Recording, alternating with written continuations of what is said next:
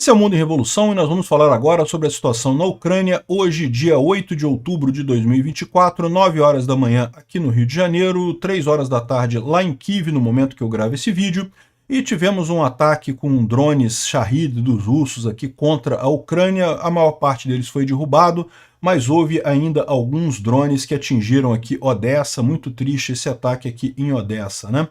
Além disso, continua o incêndio aqui no reservatório, no depósito de combustível de Feodósia, aqui na Crimeia ocupada. A gente falou sobre esse ataque ontem, incrível como os russos não conseguem apagar o fogo, continua pegando fogo ali. Isso é uma ótima ideia, uma ótima notícia, porque vai exaurir as reservas de combustível da Crimeia, que não são muito grandes, né? A grande notícia do dia foi um navio russo militar que foi afundado pelo serviço secreto ucraniano, aqui em Kaliningrado, na verdade nesse porto aqui de Baltiysk. Um limpador de minas russo foi infiltrado pelo serviço secreto ucraniano e foi afundado aqui nessa região, né? Mais uma operação com muito sucesso dos ucranianos, né? Fora isso, na linha de frente, nenhuma mudança significativa. Continuam os avanços russos insignificantes aqui no fronte leste da Ucrânia, mas nenhuma mudança significativa no quadro geral, né? Tivemos também ainda um estranhíssimo discurso do Putin, dizendo que a Ucrânia tem razão e coisa e tal, um discurso de aniversário. Ontem foi aniversário do Putin, e o Putin fez esse discurso, né? O que terá acontecido, né? Na verdade, foi mais uma vez os hackers ucranianos que infiltraram a televisão aqui na Crimeia e passaram esse discurso do Putin muito interessante. Vamos falar sobre isso, né? Vamos falar sobre essas e outras notícias em detalhes. Essas notícias foram sugeridas por Rússia chauvinista, pai e mãe do Irã, Troco russos por tangerina e várias outras pessoas. Obrigado aí ao pessoal que sugeriu notícias lá no nosso site, no wrevolving.com, e obrigado a você que está assistindo o nosso vídeo. Se você gosta do nosso conteúdo, por favor, deixe o seu like e se inscreva aqui no canal, né? Bom, então, vendo a situação aqui na Ucrânia, teve um ataque grande com drones essa noite, de ontem para hoje. Foram 19 drones Shahid 136, aqueles drones de fabricação iraniana usados pelos russos. 18 foram derrubados pelas forças ucranianas. Infelizmente, um deles atingiu aqui esse prédio, um prédio residencial ali na região de Chornomorsk, na região de Odessa, né? Esses drones vieram principalmente aqui na região de Odessa. Odessa, essa grande cidade ucraniana aqui, que eu planejo conhecer, tá? Nessa minha visita para a Ucrânia que eu vou fazer agora no final do ano. Quero conhecer Odessa. E Chornomorsk, essa outra cidade portuária que tem aqui logo ao lado, é ainda no Oblast, né, no estado de Odessa, mas não é mais na cidade de Odessa. Foi onde foi atingido esse prédio residencial. Felizmente, nenhum ferido. Houve um incêndio aqui no 4º, 5º e 6º andares, mas foi contido e não houve feridos por aqui, né? Pelo menos isso. Bom, continua o incêndio ali em Feodósia, né, ali na Crimeia. Ontem a gente falou que os ucranianos atingiram esse depósito de combustíveis aqui na região ocupada, temporariamente ocupada da Crimeia, aqui em Feodósia. E isso é muito significativo, por quê? Porque os russos têm dificuldade de abastecer a Crimeia com combustível, né? O caminho que eles usavam eram as balsas, os ferryboats ferroviários que haviam aqui, mas todos eles foram destruídos aqui entre essa península de Chuska aqui e a península de Kerch, né, aqui na Crimeia, né? Só que com essa destruição dos ferryboats ferroviários aqui, né, ferryboats que levavam trens, né, resta aos russos algumas opções que não são muito boas. Ainda existem ferryboats rodoviários fazendo a travessia aqui, mas aí os russos têm que usar caminhões-tanque, o que não é efetivo para abastecer toda uma área do tamanho da Crimeia, né? Eles podem usar também a ponte de terra, né, que é justamente essas linhas férreas que passam aqui pela região de Melitopol, mas os ucranianos têm seguidamente atingido essa linha férrea aqui e é difícil os russos conseguirem usar ela para abastecer a Crimeia aqui. E finalmente a terceira alternativa, que é a ponte da Crimeia. Só que a ponte da Crimeia, vocês lembram, foi alvo de um ataque, aliás, está fazendo 2 anos esse ataque à ponte da Crimeia. Justamente os ucranianos fizeram uma grande explosão quando passava um tanque de combustíveis ali, e o tanque de combustíveis ficou pegando, o trem com combustíveis ficou pegando fogo por vários dias, e daí isso acabou prejudicando a estrutura da ponte, né? Então os russos estão evitando usar a ponte da Crimeia para abastecer de combustíveis a Crimeia por temor que os ucranianos façam isso de novo. é difícil para os ucranianos destruir completamente a ponte, mas no momento que estiver passando um tanque com combustível ali na ponte da Crimeia, é relativamente fácil para os ucranianos atingir esse tanque, esse trem com combustível, de forma que ele pegue fogo e com isso acabe danificando a estrutura da ponte da Crimeia, né? Além disso, a estrutura foi danificada nesse primeiro ataque de forma que a capacidade de carga da ponte da Crimeia não é mais tão grande quanto era antes dessa guerra, né? Então já não conseguem carregar muitos trens aqui na ponte da Crimeia, ainda passam trens, mas principalmente trens de passageiros ou trens com cargas pequenas. Trens de cargas muito pesadas não podem ser usados aqui na ponte da Crimeia. Então repara que a Rússia não tem nenhuma boa opção para abastecer a Crimeia de combustíveis e agora a Ucrânia está destruindo os depósitos de combustíveis aqui da Crimeia. Isso certamente vai causar problema para os russos aqui, né? O depósito foi atingido ontem, continua pegando fogo hoje, é o segundo dia de incêndio ali na região. Estão aqui as imagens do satélite Firmes da NASA ali em Feodósia, né? Realmente um ataque bastante interessante ali, né? Aqui mais mensagens dos russos sobre esse ataque ali em Feodósia, né? Tá aqui o pessoal falando sobre o ataque em Feodósia. Eu não vou traduzir essas mensagens todas aqui, é os russos desesperados com a possível falta de combustível na Crimeia e criticando o pessoal. Pô, não tinha defesa antiaérea? Como é que os ucranianos conseguiram atingir esse depósito de combustíveis na Crimeia e ninguém fez nada, né? Enfim, não tem muito o que fazer, né? Agora, o grande assunto do dia foi isso daqui, ó. Como resultado de uma operação com sucesso, o limpador de Minas, né, o navio Limpa Minas, da frota do Mar Báltico da Federação Russa, o Alexander Obukov, foi desabilitado, né? A inteligência ucraniana fez aqui, ó, o navio está baseado na cidade de Baltinsky, ali perto de Kaliningrado, e foi seriamente danificado esse coisa. Ele vai ter que passar por reparos muito sérios, né? Tá aqui a imagem do navio, o pessoal fazendo ali, mostrando que estavam dentro do navio e causaram danos ali no equipamento do navio, ou seja, isso vai causar uma série de problemas, né? Esse navio ele fica baseado aqui em Kaliningrado, nessa região aqui da Rússia, né? A Rússia tem esse enclave aqui desde a Segunda Guerra Mundial e fica nessa cidade aqui de Baltinsky, né? Os ucranianos teriam detonado o motor do navio, né? Tá aqui a imagem do navio que foi destruído. O nome dele é o Alexander Obukhov, né? Então, excelente notícia isso daí, menos um navio na frota russa, né? Mais prejuízo para eles. Bom, a gente teve mais casos de tentativas russas de avanço ali na linha de frente, mas totalmente destruídas pelos ucranianos. Aqui você vê uma tentativa de assalto da posição da 46ª Brigada Ucraniana, mas que fez uma resposta muito rápida e vários veículos russos foram destruídos, deixando as forças em desarranjo, né? E aí no final do dia eles recuaram, não conseguiram avançar na região. Excelente notícia isso, né? Também tem aqui uma outra notícias muito ruins para os vermes russos aqui. A tradução está aqui. Um grupo de russos tentaram tomar nossas posições. A infantaria do batalhão K2 estava em alerta e imediatamente abriu fogo assim que o inimigo chegou na linha de visão, né? Caminhar em campo aberto de frente com as nossas posições, o inimigo é estritamente proibido e punível com morte na forma de drones FPV e granadas, né? E os inimigos sentiram isso por eles próprios, né? O resto do grupo de assalto, que chegou até próximo da nossa trincheira, aguardou um final dramático. 2 invasores, percebendo que o assalto falhou e que o grupo deles estava quebrado, decidiram que a melhor solução era tirar a própria vida, né? Porém, eles não tiveram sucesso nisso também. Só que chegou um terceiro amigo para chegar à ajuda deles e conseguiu realizar o desejo deles. Aí os 3 morreram com as próprias granadas, né? Se suicidaram, né?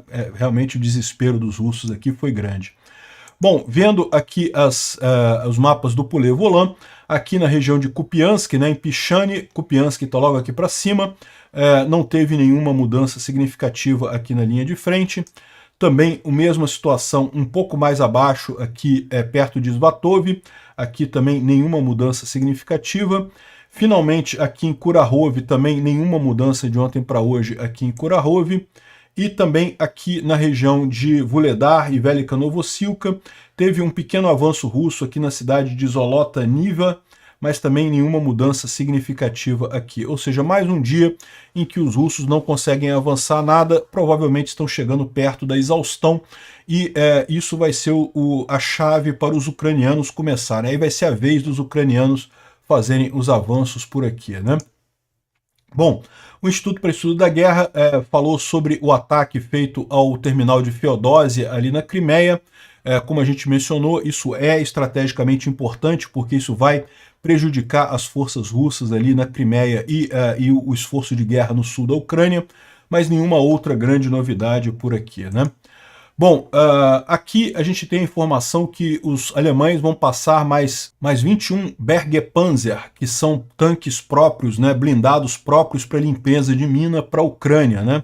Então isso é uma coisa bem interessante isso daqui, que bom que a Ucrânia vai receber esses tanques. Ele já tem 52 desses blindados anti-mina, vai receber mais 21, excelente notícia, né?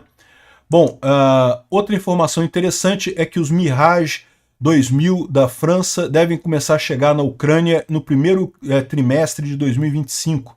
Isso é uma excelente notícia, né? Os Mirage 2000 são outros aviões muito interessantes aí para uso pela Ucrânia e estão chegando agora no início de 2025. Bom, uma coisa curiosa, né? Uma imagem aqui liberada pelos ucranianos da capacidade bélica dos drones marítimos ucranianos, né? Se você olhar aqui, um drone marítimo aqui vindo à noite, ele lançando foguetes contra helicópteros, né? Vocês sabem, os russos têm usado helicópteros para combater esses drones ucranianos, e agora os drones ucranianos têm também a capacidade de atingir os helicópteros. Então é mais uma interação aí nessa melhoria ucraniana desses drones marítimos, né? Que certamente vão fazer muita diferença aí no restante da guerra, né? Também a gente tem a apresentação aqui de um drone ucraniano, um drone de longa distância, que pode levar granada, pode levar explosivos grandes lá no território russo. Esses drones de asa fixa, eles acabam tendo uma autonomia muito maior, eles conseguem ir muito mais longe, mas é lógico, você continua com o problema da comunicação, né? A grande dificuldade dos drones é a comunicação. Esses dronezinhos, eles são lançados por catapultas, né? Os russos têm alguns desses drones similares a esse, né?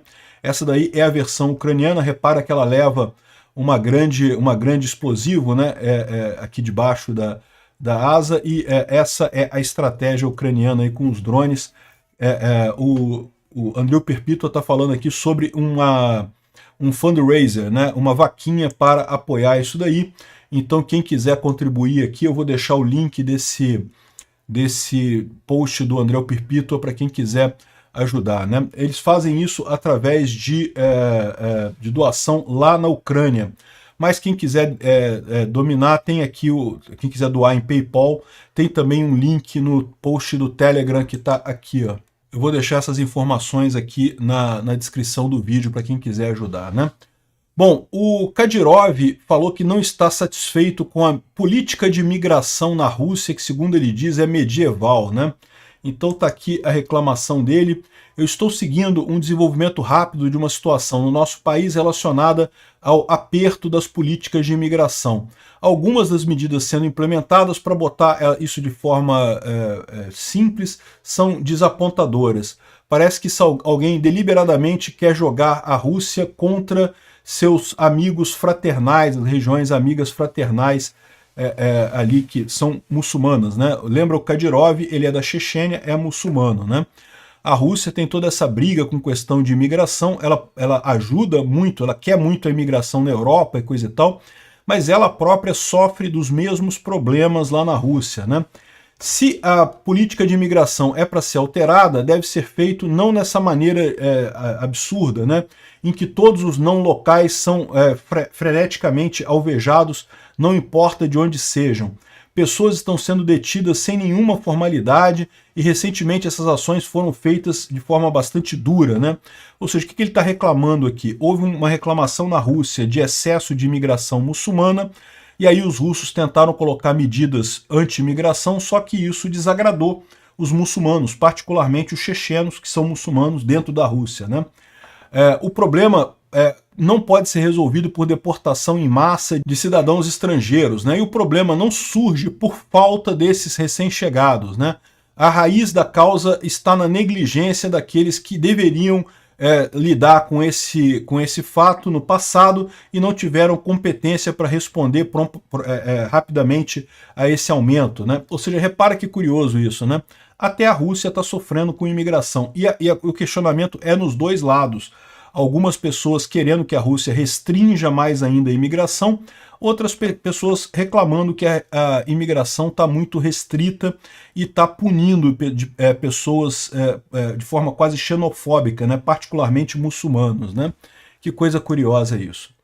Bom, aqui está aquele caso que a gente falou do Stephen Hubbard, que é um cidadão americano, mas que já morava na Ucrânia desde 2014, então ele já se considerava ucraniano, já morava na Ucrânia. E lógico, quando começou a guerra, ele se uniu ao exército ucraniano e foi capturado numa luta com os russos. Os russos deveriam tratar ele como prisioneiro de guerra normal, fazer uma troca, devolver ele na próxima troca de prisioneiros de guerra. Mas como ele é americano, olha que coisa, né? Ele está sendo tratado como espião, como terrorista. Olha que coisa, o absurdo que é essa forma como o russo trata o pessoal ali na Ucrânia, né? Realmente é arriscado para os americanos esse tipo de coisa. Os russos querem fingir que estão em guerra com os americanos, não estão. Se os Estados Unidos estivesse nessa guerra, a Rússia já tinha perdido há muito tempo, né? Mas aí acaba punindo cidadãos americanos indiscriminadamente, né? O Michel D. Weiss, que é esse rapaz aqui, ele é um especialista em espionagem russa, né?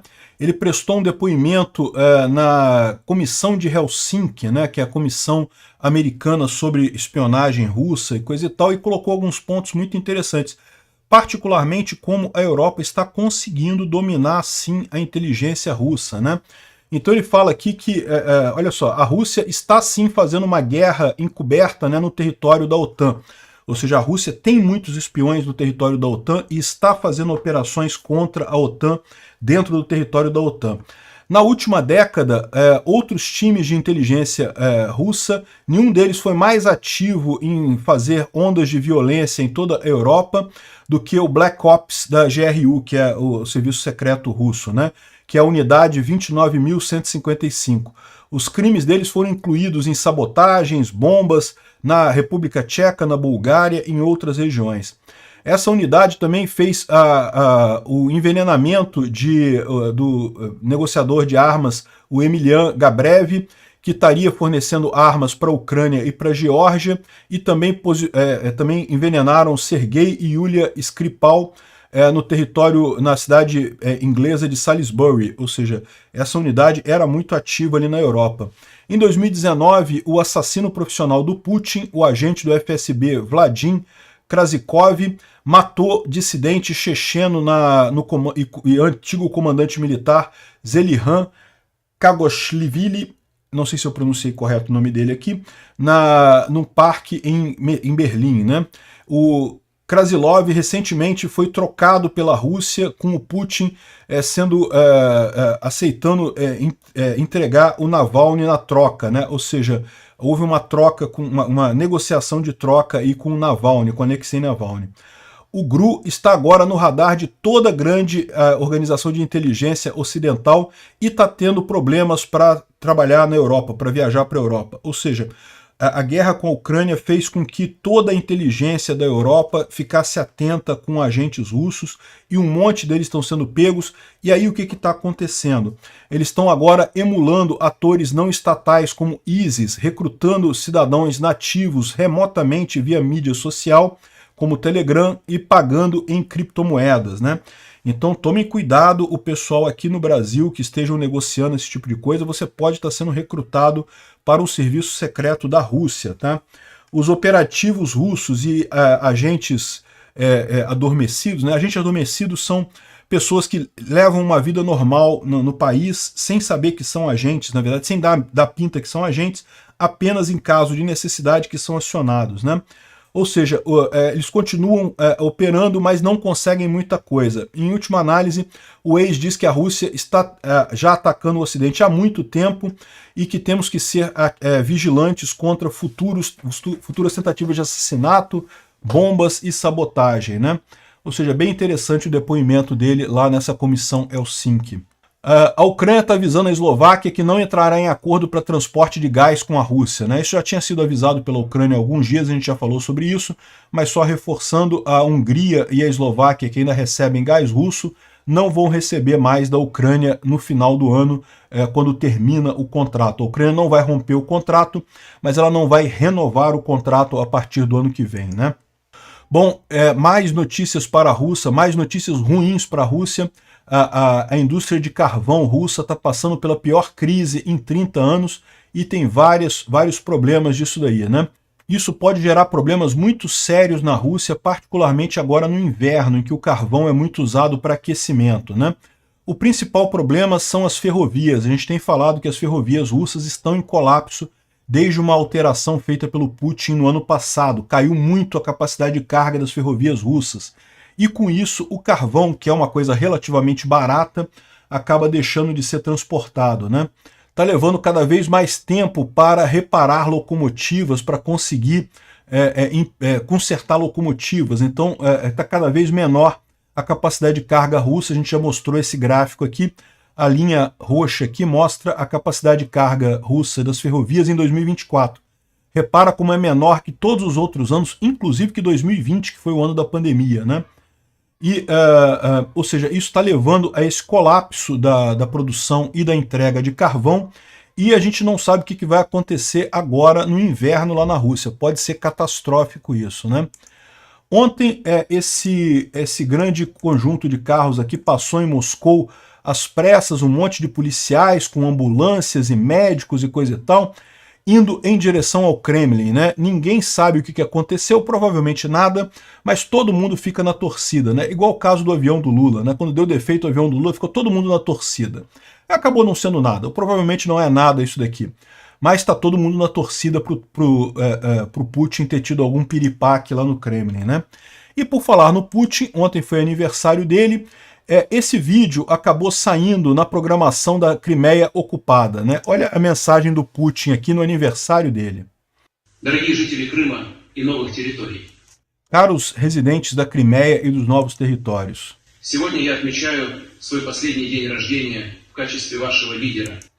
Hoje eu estou marcando meu último aniversário como seu líder. Я знаю, что вы все видите, как меняется ситуация. Вооруженные силы Украины продолжают наносить. Vocês todos estão vendo como a situação está mudando, né? As forças armadas da Ucrânia continuam a entregar ataques precisos que destroem tropas russas. E esse processo только усилится. Моя власть больше не в состоянии обеспечить безопасность и стабильность. E esse processo tende só a piorar, né? O meu governo não consegue mais garantir a segurança e a estabilidade. Поэтому я обращаюсь к вам с призывом. Не сопротивляйтесь переменам.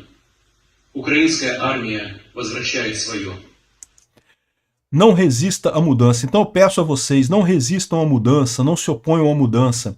O exército ucraniano está reclamando seu território. И вы можете помочь этому процессу. И передавайте ВСУ важную информацию, которая поможет быстрее. Você pode ajudar esse processo enviando informações cruciais para o exército ucraniano, ajudando a rapidamente encerrar o combate. Завершить боевые действия и освободить ваши территории от оккупации. Ajudando a encerrar rapidamente o combate e entregar as áreas temporariamente ocupadas de volta para a Ucrânia, né? Вместе мы сможем увидеть новую реальность, где царят мир и справедливость. Juntos nós podemos ver uma nova realidade em que a paz e a justiça prevalecem, né? É lógico, esse vídeo aqui provavelmente foi feito com inteligência artificial pelos ucranianos e foi tocado na televisão da Crimeia, tá? Os hackers ucranianos conseguiram botar esse vídeo do Putin para tocá-la na Crimeia, né? É lógico que o pessoal entendeu que era inteligência artificial, mas foi dado o recado. Os habitantes lá da Crimeia podem ajudar as forças ucranianas, indicando locais de concentração de tropas, onde tem combustível, onde tem ação russa ali na Crimeia, né? Certamente é uma coisa interessante de ser feita. Que seja mesmo esse o último aniversário do Putin. Obrigado por assistir o vídeo até o final. Se gostou do conteúdo, não esqueça de deixar o seu like, isso ajuda o canal a crescer e a chegar para mais gente. Se não gostou, deixe o dislike e explique nos comentários como podemos melhorar. Comente também sugestões de temas que podemos trazer por aqui. Comentários insultuosos ou defendendo ditaduras e criminosos de guerra serão sumariamente bloqueados. Agradeço a compreensão. Se ainda não é inscrito no canal, considere se inscrever clicando no botão inscrever-se abaixo e marcando a campainha para todos os avisos. Se quiser ajudar o canal, veja no nosso site como você pode fazer isso.